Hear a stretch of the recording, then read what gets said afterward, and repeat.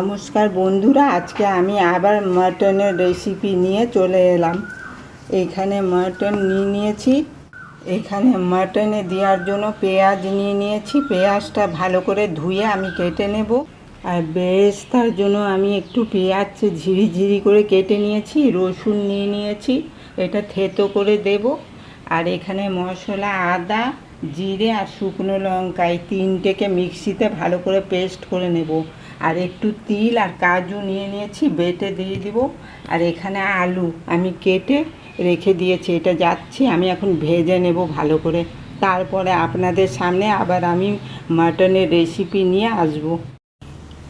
দেখুন, মাংসতে আলু দেওয়ার জন্য আমি ভেজে নিচ্ছি। আলুটাকে প্রথমে নুন হলুদ দিয়ে মেখে রেখেছিলাম। দেখুন, আলুটা আমি লাল করে ভেজে নিয়েছি, এবার তুলে নিচ্ছি। দেখুন, দুটো দারচিনি আর এলাচ দুটো ফাটিয়ে নিয়েছি, আর শুকনো লঙ্কা আর কয়েকটা তেজপাতা ছিঁড়ে আমি ফোড়নে দিয়ে দিলাম।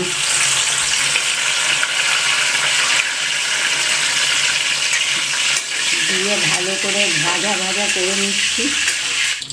কয়টা রসুন আমি থেতো করে নিয়েছি, দিয়ে দিলাম।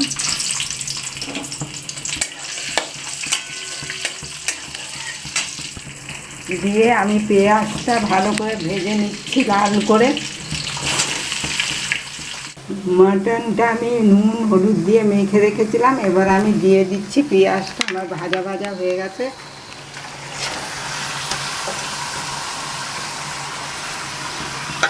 কাঁচা লঙ্কা পাকা দেখে কটা দিয়ে দিলাম। এবার ভালো করে আমি আবার মাংসটাকে সাঁতলিয়ে নিচ্ছি। এবার আমি চাপা দিয়ে দিলাম।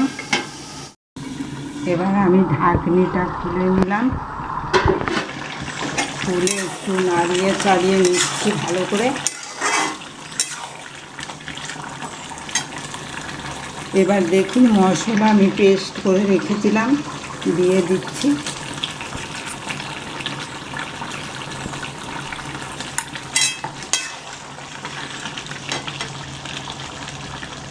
একটু গোলমরিচের গুঁড়ো,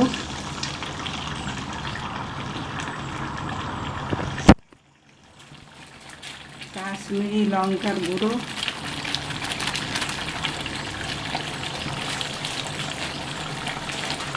একটু গরম মশলার গুঁড়ো দিয়ে আমি ভালো করে আবার নাড়িয়ে নিচ্ছি। আবার আমি ঢাকনি চাপা দিয়ে রাখলাম। ঢাকনিটা খুলে নিলাম। খুলে এবারে একটু আরও নুন দিয়ে দিচ্ছি। আমি নুন হলুদ দিয়ে এমনিতেও মেখে রেখেছিলাম মাংসটা। দেখুন, কালারটা কি সুন্দর লাগছে দেখতে। দেখুন, তিল আর কাজু আমি পেস্ট করে রেখেছিলাম, দিয়ে দিলাম। তিলের আলাদাই একটা সেন্ট, আর খুব স্বাদও বেড়ে যায় যে কোনো জিনিসে দিলে। আলু আমি দিয়ে দিলাম। আলু আমি ভালো করে ভেজে রেখেছিলাম। এবার ভালো করে নাড়িয়ে নিচ্ছি। নিয়ে আমি দইটাও দিয়ে দিচ্ছি। দই ফাটিয়ে রেখেছি আগে থেকে।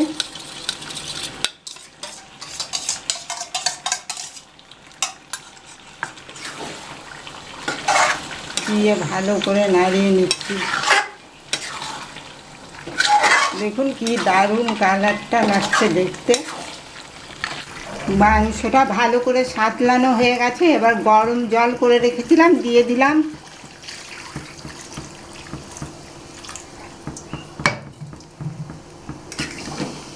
দিয়ে ভালো করে নাড়িয়ে নিচ্ছি।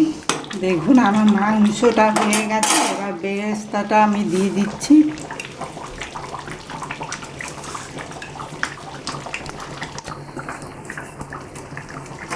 দিয়ে নাড়িয়ে দিলাম ভালো করে। দেখুন, আমার মাটন রেসিপি হয়ে গেছে। আপনারা এরকম করে খেয়ে দেখবেন একবার।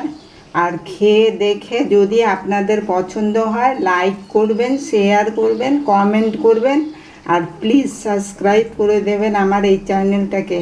আপনারা সুস্থ থাকবেন, ভালো থাকবেন। আমার পাশে থাকার জন্য অনেক অনেক ধন্যবাদ।